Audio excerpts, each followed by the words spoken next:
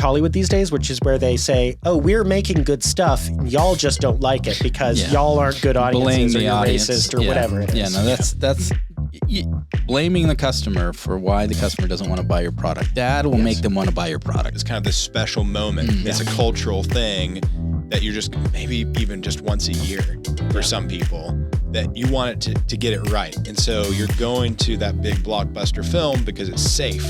The movie theater and Hollywood are the American art form. And I think the theater is a big part of that. I think it's a big part of why it's the American art form. Because, like, what's the stereotypical American teenage date? It's dinner and a movie. Yeah. Sure. But now it's just a movie because you can't afford both.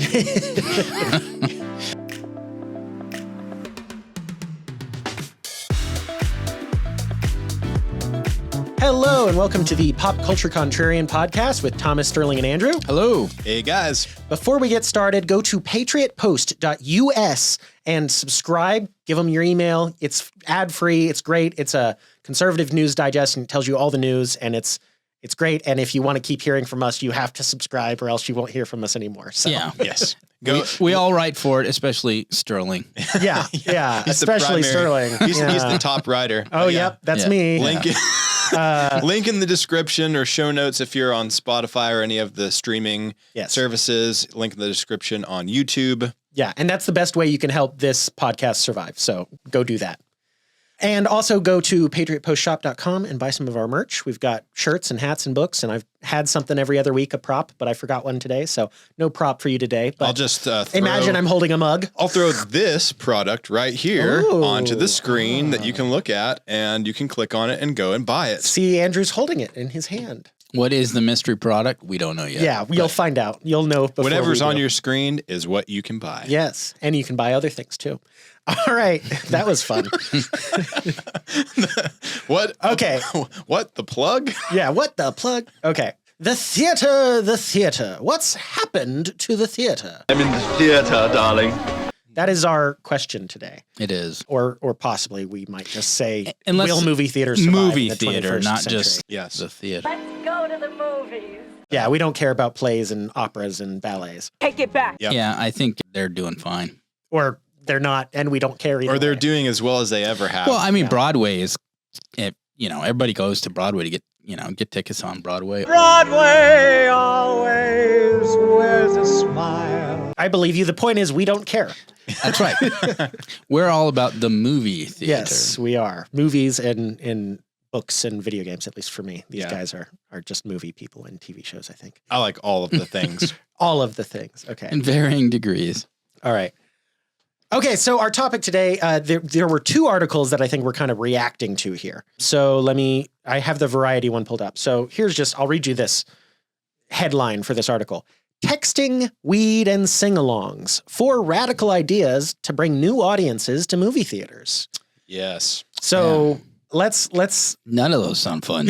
No, not really. All right. Hang on. Now. Give it a thought. Let's paint the picture here. All right. All right.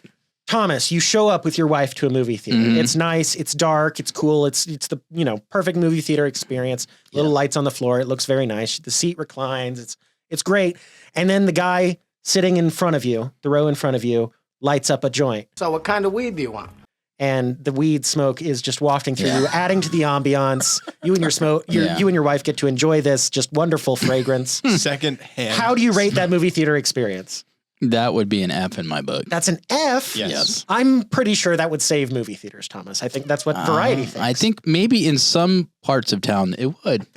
Now, add to this mix, everybody is on their phone for the whole time. Stacy, quit texting. And there's some quiet chatter allowed, like where they don't mind if you're talking a little bit quiet. Yeah, none of that sounds pleasant. I would wonder how they would police people with phones for pirating the movie. But maybe that is a good point. Maybe that wouldn't be a concern. Yeah. Well, I think the reason why this is even a thing is there's a possibility that the movie theaters post-COVID really aren't going to survive. I mean, the American movie, and I don't know if you want to go ahead and hop into the Wall Street Journal article as well. Let me pull that one up. But the American movie, at least original movies, folks aren't going to the theaters to see them. And the question is why? Yeah. So that's the other article, and I guess we're jumping in on both things with Well, they're kind of jumping in the deep end. I think here. they're interconnected here. They are. And we can go back to the variety too, in my opinion, because I think it's relevant. Yeah. So this Wall Street Journal article, and I'll just read you the headline, and we read it, but we're not going to read the whole article. We're not Tim Pool yet, but maybe we'll get there. Tim Shout Pool. out, Tim. Yeah. Invite us on. Please. I have crazy fun things to say on your show. Okay. The Wall Street Journal headline is Hollywood is cranking out original movies. Audiences aren't showing up, which this is something I haven't mentioned to you guys yet, but it just occurs to me that this is doing what so often happens with Hollywood these days, which is where they say, oh, we're making good stuff. And y'all just don't like it because y'all aren't good audiences or you're racist or whatever it is. Yeah, no, that's blaming the customer for why the customer doesn't want to buy your product. That will make them want to buy your product. Yes, exactly. Wow. Surefire. Yeah. So some of the movies they list here as ones that have kind of flopped are Mickey 17, which is from that South Korean director. I can't pronounce his name, so I'm not even going to try. But he made Parasite, I believe, as well, and Snowpiercer. But I've seen those two, and those are good. So I bet I would probably enjoy Mickey 17. But these aren't blockbuster movies. These aren't the movies you go with the family to enjoy. Was Mickey 17 the one that they keep dying coming back? Yeah, the Robert Pattinson, who plays Edward in Twilight, is the main character, and he agrees to let himself be cloned, apparently. I haven't seen the movie. Okay. Expendable is what they're called, I think. Yes. Interesting. So an interesting, like kind of a sci-fi concept movie. Yeah. Yeah. And it's pitched as like every time you die, you're advancing humanity. So like it's worthwhile for you. But in the end, he's like, I hate this because he's dying over and over again. Yep. Yeah. Or at least that's what the trailers make it seem like. Interesting. Some of the other movies they mention are The Alto Knights, which apparently came out recently. I've heard nothing about that one. I don't know anything at all. So are they mentioning all these this year movies? Yeah, these are supposed to be recent movies, I suppose, from this spring or a little bit farther back. Some of them go to last fall because like Horizon and American Saga is in here. Yeah, okay. And we did see that one. We did review that one. We did. Not as highly as some of the things we've rated recently, but we enjoyed it, I think. The Horizon American Saga? Yeah. Yeah. Enjoyed it. Some of the other movies Costner. Kevin Costner. It's a kind of return to form for Hollywood because Westerns are where they built a lot of their brand. But it was independently financed. It wasn't actually Hollywood. Some other movies they mention are like Red One, which was Amazon's big Christmas movie this year with The Rock and Chris Evans. And the only reviews I heard were from parents who were like, I'm watching this with my kids and I've never seen a worse movie. So I was like, okay, I'm not even going to bother. And the only draw for that was the actors, the names. Yeah. I mean, that honestly, it's always about at least half the draw generally to a movie is the actors involved. Yeah. And then they mention a couple others, but the one I want to highlight is the other movie they say no one showed up for is Megalopolis, which was, I think, Francis Ford Coppola's, right? Yeah. And it was like even I didn't see this movie, but the reviews I saw from the movie nerds, because I follow a lot of movie nerds, they're like, oh, Citizen Kane's my favorite movie, or, whatever, where they have these big artsy takes, the Cabinet of Dr. whatever it is, Caligari. And they were like, I can't tell if this movie, Megalopolis, is genius or idiotic. Like when they can't even tell, when the fartsy people can't tell if it's good or bad, then regular audiences are just going to be like, what am I even looking at? Yeah. It's like you're standing in a modern art gallery and just wondering if the banana nailed to the wall is art. This might have been like one of Coppola's most like navel gazing films of all time. Right. It's the kind of movie you can only make after a huge career as an auteur director. Yeah. Yeah. Let me go remake one of those really old silent films. Right. So, okay, maybe Mickey 17 could have done better. Maybe Red One could have done better if it was any good. We wish Horizon had done better, but like with Megalopolis, okay, you kind of knew what you were doing. Yeah. Like you knew the audiences weren't going to show up for that one. So we got a lot of interesting factors here at play. We've got the weird kind of fringe films or like art nerd films that they're original. Yeah. But people are like, what the heck? We have post-COVID. Mm-hmm. We have an interesting economy, which is not the best for doing expensive things because the movie theaters are expensive and have probably more so now than they ever have been. Yeah. We have the advent of... Just to highlight that, I think for like a family of 4, 2 adults, 2 kids, getting kids tickets, if they're going not at a matinee time and you also want to get popcorn and a drink, it's going to be like $100 for a family of 4, at least. Easy. So, that's not a cheap night out. No. And then we also have, based on the Vanity Fair article, a bunch of cultural shifts and etiquette and how people consume. Yeah.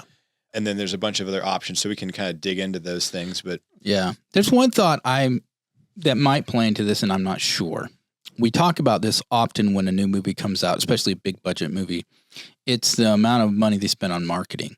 Mm-hmm. I'm wondering how marketing, it has to have changed because fewer people are watching. Used to be you would be watching TV and you would see a commercial for the latest whatever movie, and that got you excited to see that movie. That, at least my growing up, that was how I knew what was coming. Right.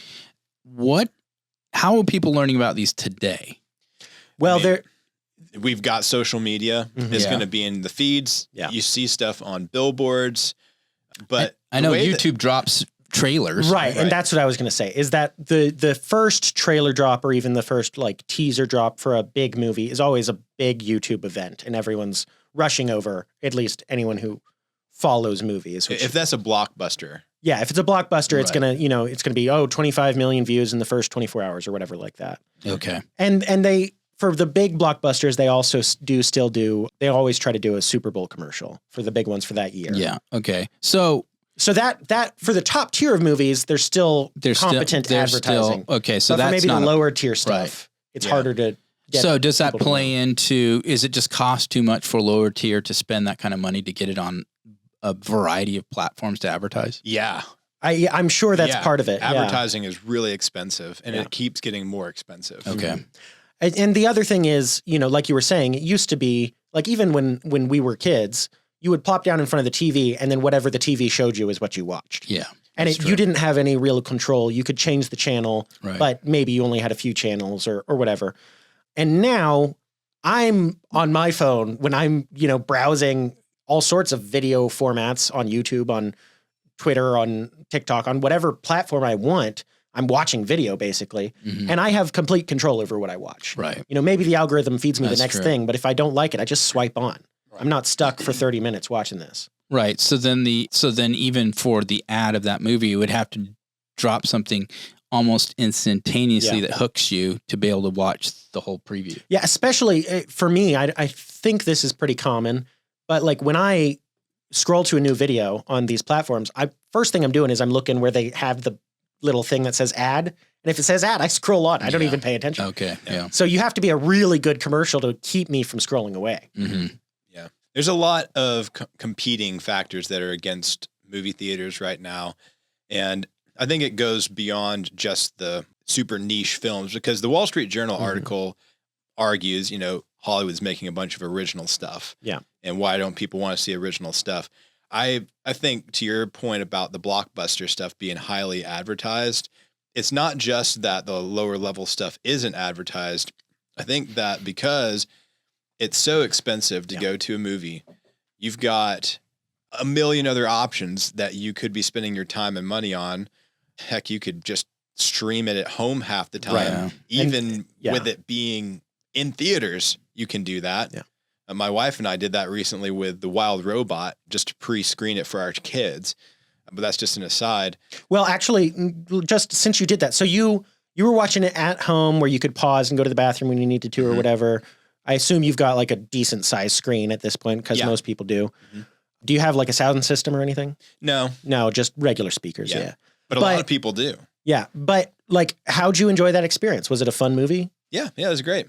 And like, did you decide you're going to show it to your kids? Well, it's a little bit too old for them. A little bit too old. But it was a great way for us to pre-screen it without having to go and spend a bunch of money at the theater. Yeah. But when they're old enough, you wouldn't have a problem showing it to them. Right. Yeah. So, yeah, I mean, why wouldn't you do that? Because however much money you spent to be able to watch it, it's less than you would have spent going to the theater. Right. But then when you do want to go to the theater, I think that the experience is what you're paying for a lot of people. Yeah. So it's like, okay, you have this idea in your mind of this is what it's like to go to the theater, the popcorn, the smell of the theater. all the stuff, right? And when you're going to do that, it's not a common thing for a lot of folks. And so it's kind of this special moment. It's a cultural thing that you're just maybe even just once a year for some people, that you want it to get it right. And so you're going to that big blockbuster film because it's safe. Yeah.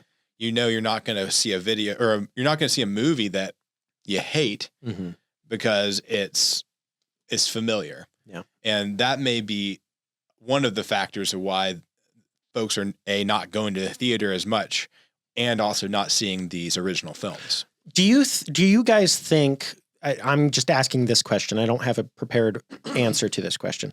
Do you think part of the issue is that there's a higher chance now than there used to be where you go to a movie that you don't know much about except seeing a trailer maybe, and you walk out thinking, man, that was garbage. I hate that I wasted my time and money seeing that. Do you think there's a higher chance that happens to you today versus in 2002? No. No. I think it's the opposite. You think it's the opposite? Because there's so much information available before No, I'm going. saying a movie that you haven't researched, where you've seen a trailer and you're like, that looks interesting, I'll go see that. I don't know that people do that. Yeah, Yeah. that's a good point. I'm wondering because one of the points I think is we're not suggesting that people's consumption of movies has waned. I don't think it has. I think it's just their consumption at the theater has seemingly waned. I think it might have. I think it's still a huge thing that Americans watch movies, a lot of movies. But I think maybe it has waned a little bit as TV shows have risen to more movie quality. Okay, that's fair. That is true. Definitely worth mentioning. And most TV shows, we didn't talk about this in the pre-show, but they are basically TV show length movies. Yeah. And that's a really big difference too when shows used to be like these little vignettes, basically. Each individual show is its own kind of complete package. Yeah. And a TV show today, a series, it's more like a mini series. Really. Right. When would y'all mark that change? Because so the people called it like the new golden age of TV shows back when Mad Men and Breaking Bad were on the air, but that was before streaming really took off. Yeah. After streaming, you had like Orange is the New Black and House of Cards on Netflix, and those were big, but I wouldn't really even call those movie quality. They were high quality, but they were still very much TV shows. I'd say like mid 2010s. Yeah, you think so? When the quality of when like the visual and the storytelling quality of like Breaking Bad. I would say Breaking Bad is like 2008 though. Yeah, I would But mid 2010s that might be like Stranger Things, wouldn't that be? Well, Stranger Things is a little bit more recent. Yeah, it's a little more recent, but it is kind of near there. I think honestly I would put this on Netflix because Netflix, when it decided, I remember it was kind of a big kind of news that Netflix was going to do its own TV show. Everybody's like, what? But they did several. And of course, Stranger Things was one of their more popular and successful ones. But I think they kind of, and maybe I'm misremembering, but they seem to have like presented the template for, hey, this really will work and people will love it. And now, I mean, I'm guilty of more often than not looking for a series, a show to watch rather than just a one-off movie. Yeah. Yeah. Very often. Well, because with a one-off movie, it's like, okay, so backtracking. A big problem I think we have today is analysis paralysis, where we have 600 possible things we could watch that are all like, that I'd probably enjoy that. I'd like to take some time and watch that sometime, but it's, 12 hours long or whatever. Yeah. And so if you're choosing a 2.5 hour movie, it's like, okay, I've chosen a movie. I'm going to watch it. Oh, that was good. And now I have to choose something to watch again. But if you choose a TV show with 6 seasons, you're like, I've got myself sorted out for the next few months. Yeah, that's true. That's true. Yeah. It's like you don't have to keep making decisions about what you want to watch. You've got your show. Right, exactly. And really decision fatigue, that's an interesting idea because I think, decision fatigue is a big thing in our culture now, especially when you're on all the time. And you're always getting notifications and every little bit of things that come through your technology every day. That's a drain on your biological resources of like your energy and your brain power and all that stuff. It's, that stuff is not infinite. Right. So if you have an option to not spend those resources of yourself when so much of your time and attention is in demand, because what is the currency of the 21st century? It's attention. Right. So, sorry, were you done? Yeah. I mean, and it's what I was going to say is it's a really valuable resource. And I think people recognize that even if they don't like think about and articulate it, they realize I can just turn off my brain more easily by doing this instead of having to go through and pick a different thing all the time. Right. Yeah. What I think it's very common. It's something I do where I'll turn on a TV show just in the background, just so it's on. Yeah. And I can listen to the characters interact. You're like do other things. my late grandmother. I remember she would always have the TV on at her house, and it was just, that didn't happen at my house. The TV was only on if we were watching something. Right. Yeah. But my grandmother's, it was like, I think because she lived alone, it was a way of kind of feeling like there's just stuff going on. Well, that I was going to say is because I live alone. Maybe that's why I do. Although I live alone with guns aimed at every door, so don't show up. I live alone with a full moat and watchdogs. Wait, and I thought you had Claymore a cat. Mines. I also have a cat. Yeah, it's a big panther, 200. Yes. All right, that's all jokes, by the way, unless you show up to my house, in which case it's real. Yes. All right, but okay, trying to tie this back together to the movie theaters. So would y'all, this is just spitballing, would y'all, like, let's go back to 2019 when Mandalorian is first coming out, that Disney Plus TV show. If they had offered at your local theater, hey, sign up now, pay $50 and watch every episode of The Mandalorian in theaters, and you show up once a week and watch the next episode, would y'all have wanted to do that? No. I don't think so. Funny though, The Chosen is kind of doing that. It is kind of doing that, isn't Angel it? Studios. That's sort of a niche little super fan kind of idea. It's definitely not Hollywood. No. I mean, I think that works in places where, I mean, I would think if you live in a city not far from a theater where you can like leave your apartment and just walk. Yeah, that's fair. So, but if you were, 10 minutes away from your theater, would you have thought about, say it's not The Mandalorian, say it's some TV show you're actually really looking forward to. But it's my point is about The Mandalorian is it's high quality, it's big budget. Yeah. But it's only released in theaters by a package. Yeah. Well, not even only, but you get the experience of the theater and you pay up front and then you show up every week and, for the theaters, you're buying concessions if you want concessions. And it's still the experience, but it's just like, I'm just spitballing, how do the movie theaters survive? Yeah, no, to me, I still think that would be a stretch.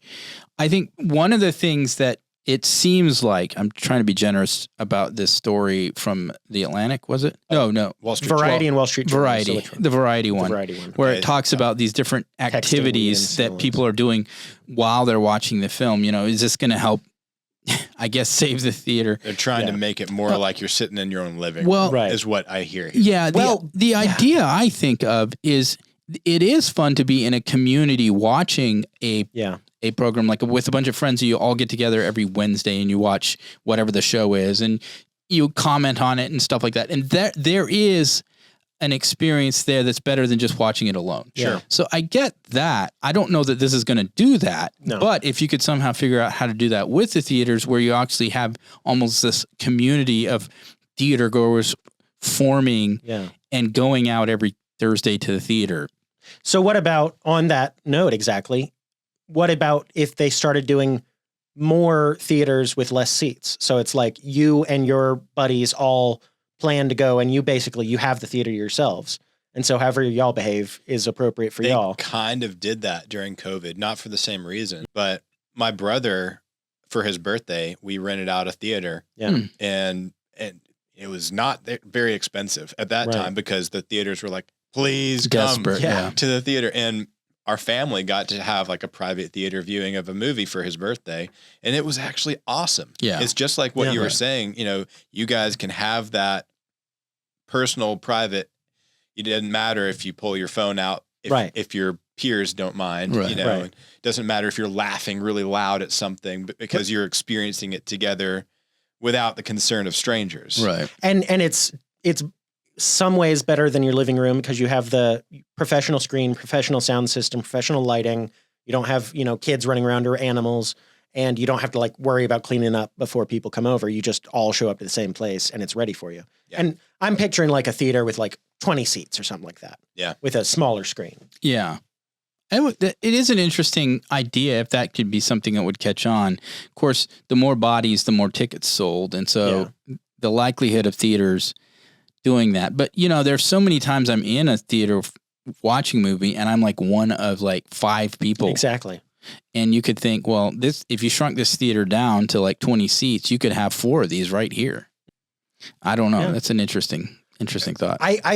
My point or my thought is it's going to, because there's so much competition for movie theaters that there wasn't when movie theaters got started back in the, I don't even know when movie theaters got started, but the 20s, 100 years ago. Yeah, maybe probably. even a little bit before that. Yeah. Well, back then, that's how you watched motion pictures. There was Right. no alternative. And then, okay, you had black and white TV in your house, but it's still not nearly as good as the movie theater. And then everyone had color, and okay, that's still better, but you know, your whole family has to choose or whatever, and you got to wait 6 months or a year before the movie makes it from theaters to your house, if you even have a way of watching it at home. And then it's gotten better and better and better. And now we have, you know, TikTok or YouTube or Facebook or X or whatever that is providing us this video content 24/7.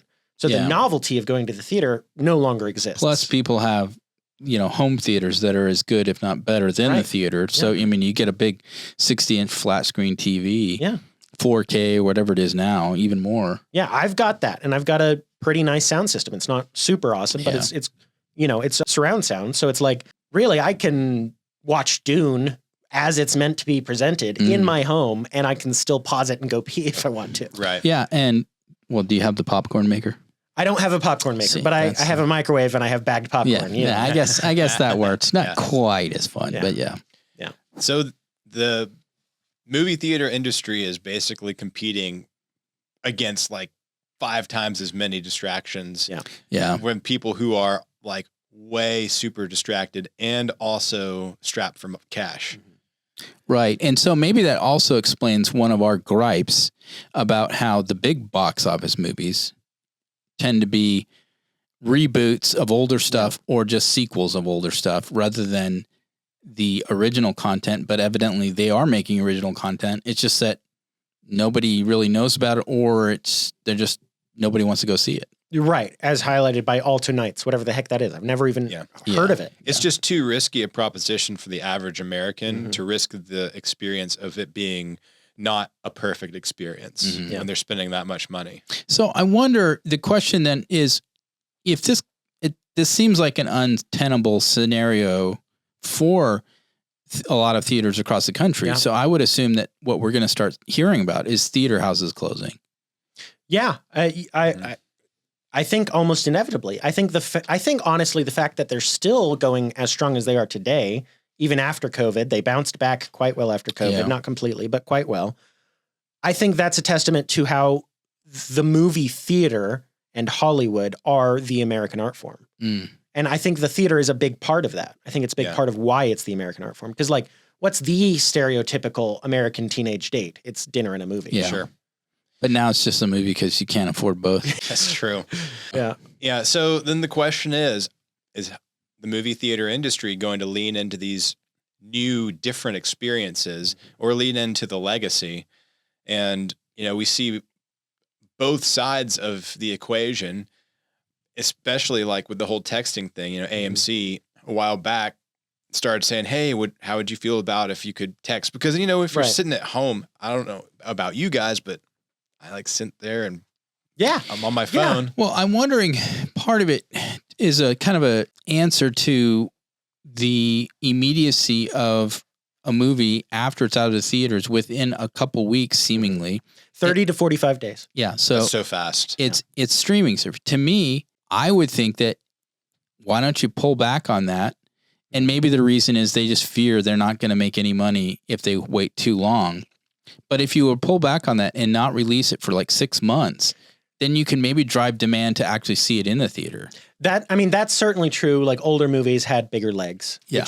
Because they would just play in theaters for longer. Like I think part of the reason, the one about the Civil War, frankly, my dear, I don't give a damn. What's that movie? Gone with the Wind. Part of the reason Gone with the Wind is such outlier in terms of total box office adjusted for inflation is because it played in theaters for like 12 months. Yeah. The attention spans today, I don't think attention spans can hold that. And that's the risk, right? Yeah. Is if you don't release, you don't get that second wind, and then people forget about you. And then by the time you do release, the industry is eating itself in that regard to try and keep up with the attention spans of Americans right now. Yeah. That's why I'm almost thinking if you did a reverse, Well, it would be an outlier. It'd be interesting to see what would happen. I think part of the problem is it's hard to pull back on something you've offered. That makes it easy. Yeah. Like that, if you give me something that makes my life easier as a company, and then you pull back on that and say, actually, we're going to make your life harder again, I'm going to be like, screw you. I'm going to the other guy. Yeah. It doesn't make you want it more. It makes you mad. Yeah. Well, yeah, but sometimes it does make you want it more. I think there's like the McDonald's McRib. Yes, I know. For a It's limited funny. time. They do a limited time. People like moan and complain. Why don't you sell this all the time? And then, of course, when they bring it back, it sells out like hotcakes. Yeah. And there's McRib fever. Yeah. Yeah. So, I mean, something like that, like just recognizing human nature in that sense, maybe if people get it in their minds, like a certain studio, let's say it's 21st Century Fox or something, says every movie we release in the theater, we'll put a time limit or a range of 6 months before we release it in streaming or DVD or whatever it is. So people if they want to see it, they got to come to the theaters. Yeah. Because I remember during the whole Blockbuster era when, VHS tapes and everything, that was the case. If you missed it in the theater, guess what? You're waiting 6 months to 8 months before you see the thing. So manufactured scarcity is what we're talking about. Well, on that, what if this is just spitballing, but like, okay, it's going to take an industry-wide effort, I think, to save movie theaters and probably Hollywood too, because there's so much competition. But if they tried something radical, like 2 months, January to February, and then 2 months, maybe, I don't know when else you could fit it, but let's say like January to February, they just close the theaters. And it's just like, there's more a seasonal drive to movie theaters. So it's springtime to winter, and then you don't go see anything in January, February. I bet people don't anyway. I rarely do. Yeah, I don't know what those numbers look like. But just like something like that where you just close for part of the year and you're not releasing big new movies in that time. And then, if something releases February 27th and then the theaters open on March 1st, then fine. That's Do you think that would threaten to kill off the diehard moviegoer? Yeah. Yeah, it might. I don't know. I don't know who. I mean, I guess I do. I knew a guy who would, try to watch a new movie every day. Wow. So every day. Maybe it was every week, but it was a lot of new movies. That would be the reverse. Watchers. Didn't you talk about, and I think I've seen, they still do something like this where you get a club membership or something to the theater. Yeah, like Stub Club or whatever. Or those sorts of things. Yeah, where they're advertising like sign up for this and you can get up to like what, 1 or 2 movies a week or something? There was a service, I think, I'm not sure if it went bankrupt or not, but it was basically you were paying less for all the movies than they were actually worth. So I signed up for this when it happened. So in late 2017, early 2018, there was a thing called Movie Pass. That's what it's actually back now. It's different. I haven't signed up for the new one, so I don't really know about it. The old one, 2017, 2018. Movie Pass. I think I paid $100 for a year of Movie Pass. And the deal I signed up for was I get a Movie Pass credit card, and on their dime, I can go to as many movies as I want to. Yeah, it was for $100 a year. The ultimate cheat code card. I went to 14 movies in like 6 weeks, and awesome. and I not only did I go to more than $100 worth of movies, but then they kept changing the plan, and they'd say, "Oh, we're doing surge pricing now because this movie's real big, so you're not able to go now." Oh, okay. So I was like, "Okay, well that's bothersome." And then they ended up. They were starting to have real big money problems because they expected to be able to strong arm the theater into paying them, and that never ended up happening. And they kept changing the plan, and they finally offered, "Hey, we know we're changing the plan on what you signed up for a lot. If you want to opt out now, we'll refund the rest of your time." Yep. So not only did I go to more than $100 of theaters on Movie Pass's credit card, they sent me $50 at the end of it. Wow. What an amazing deal. So, that's the reason it failed, because of people doing what I did, but I don't understand what they were thinking. Well, they gave me a way to basically make money off of them. Of course I'm going to do that. Well, I think the premise was trying to somehow get more people regularly going to the theater. That was obviously the goal. Now, it probably worked, but it cost habits. Them, it didn't bring the revenue. It's a loss leader idea, maybe. Yeah. I at the time, a buddy he's kind of in marketing explained, actually, in modern economics, you don't have to turn a profit. And I was like, I think that's BS. And then they went bankrupt, and I was like, haha. Yeah. But he thought there was some strategy where you don't actually have to make money to have a successful business. And I was like, that doesn't make any sense. Yeah. It was an interesting, like I said, now they have like this Stub Club or something else that they constantly advertise. But I think the trouble for me is, and maybe it's just my habits of consuming media, I'm rarely seeing movie trailers. Yeah. I watch less of them in large part because in the early 2010s, Disney bought all of the franchises I liked. Mm-hmm. Every single movie franchise I was really into in 2008, 2009, by 2015 was owned by Disney. So now you just watch old VHSs. Well, and then Disney went woke. Yeah. And they thanked the Chinese Communist government, who is committing a genocide of the Uyghurs in China. They thanked the specific group that was committing the genocide for their help in making the live action Mulan. And I was like, okay, I'm done with you, Disney. Yeah. And so ever since then, I've stopped watching their trailers. I've stopped watching their movies. And so, now I don't really watch trailers, even though most of the last decade I was really into, I would be like, oh, I think this is going to be the biggest movie this week. And I think this is going to be the number 2. I think it's going to make this total amount. And I would be doing those predictions. I really enjoyed it, but then they killed all my interest in their movies. Yeah. Yeah. So that's a combination of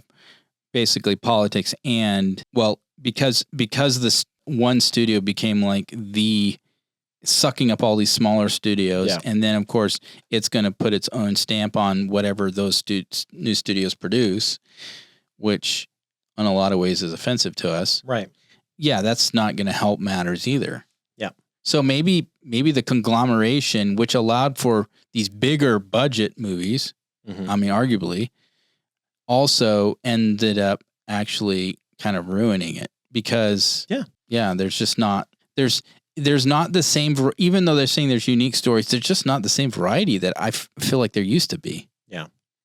And maybe it's just me projecting on the past with nostalgia. Well, I do know on the other end, people who are trying to get like their book made into a movie, the thing you hear over and over and over again from these people when they go on podcasts, if they've written a book that has been optioned for making a movie, is Hollywood executives are cowards. Uh-huh. And if they can't immediately see how the story you're telling is going to appeal to big audiences and make a profit, they don't greenlight it. Yeah. And so I think you're right, Thomas, that a lot of the variety that maybe you used to have in a more adventurous Hollywood executive era is no longer there. Mm.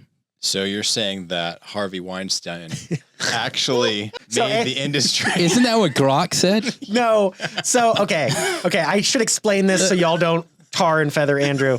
I was making the joke to him earlier that according to X, Twitter, and just it's X, people make really dark jokes.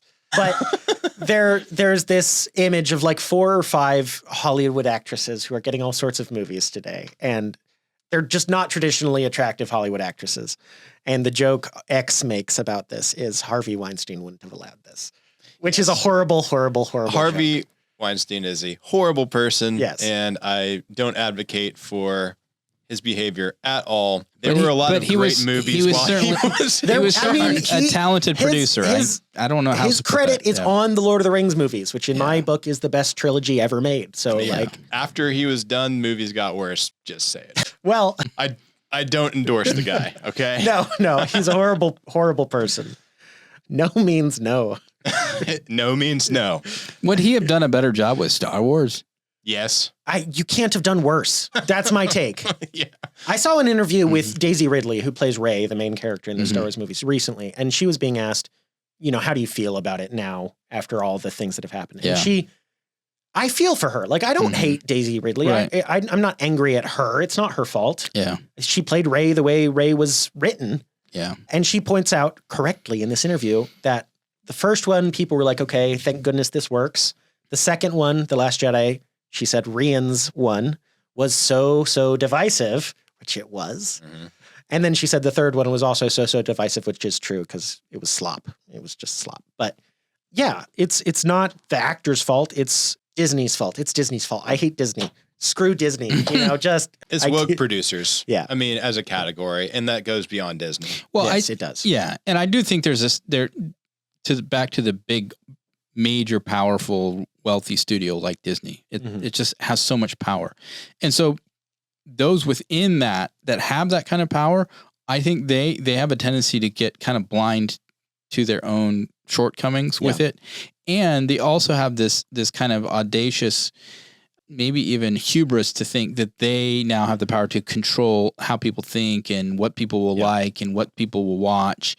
And so they put their thumbs on the scale in a way like that's why we were reading earlier about how you're blaming the audience for not coming and watching your movies. It's like that the level of arrogance there is just mind-boggling. So you're saying the audience is stupid because it doesn't like your movies? Well, and how is that a winning formula to get people to watch your movies? Yeah. You know, if insulting the audience got them to show up, then I would still be watching everything Star Wars. And I'm not. Yep. So, right. yeah. So I think it's a lot of problems. it's a lot of problems. You know, but I do, you know, I don't want to see the Hollywood or the movie theater culture die. Agreed. No, I mean, it is the American art form. Yeah. But yeah, it's worth saving. It's worth saving. Arguably, I would say one other factor that we really haven't talked about. Well, we did hit on it a bit. We did. I think it's too expensive. Yeah. Somehow, if you want audiences to say, do I want to spend my, Friday night going to the movies, or do I want to spend even my Wednesday night going to the movies? If it's, $5 for a movie ticket or $7 for a movie ticket and, $2 for a bag of popcorn or something like that, then you're going to have a ton more people thinking, oh, that's an option. Yeah. Totally.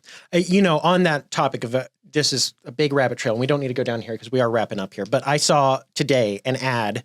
The sign for the Ace Hardware I was driving by said plastic trash can, $23.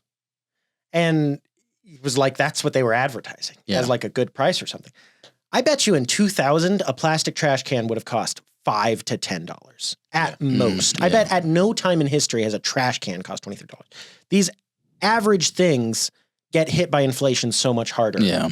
Because TVs don't cost as much. But movie theater tickets and trash cans and trash bags all cost so much more. So the average person's money just doesn't stretch to all these things it used to stretch to. Yeah. And movie theaters are paying the price for that. Yeah, and that might actually be the biggest factor. So no matter what kind of extras, they try to throw out there to get people to come in and spend their money. It's not about features and benefits. It's about value. Yeah. And the masses come when they think it's valuable. Yeah. If it's not valuable to them, they're not coming. I think that's a good note to end on, Thomas. That's a good little one-liner there. All right. Well, this has been our episode on what's happened to the theater. Brought to you by the Patriot Post. Brought to you by the Patriot Post. Indeed, it is the oldest conservative news digest on the web. And if you want to hear the pop culture contrarians, you must subscribe. Yes. It's the only way to save us. Yes. We're dying. The roof is falling. Just subscribe. Just like the theaters, nobody's paying. I mean, nobody's paying for it. Yeah, start paying us money. I don't think anybody ever paid us. Yeah. Well, you should start. How dare you listen to us without paying us money? Have you bought your PopCon tickets? Yeah. All right. So make sure to subscribe to the patriotpost.us. It is the oldest conservative news digest on the web. It's great conservative analysis of the daily news. It's right. It's free. It's right. It's free. And check out patriotpostshop.com and buy some merch as well. And those are the best ways you can support us. And please, please do, because we would like to keep making the show and make it better. I think that's about it, guys. Anything I've missed? You got it, man. All right. That's been our episode for today. We will see you next week. Bye. Bye. See you guys.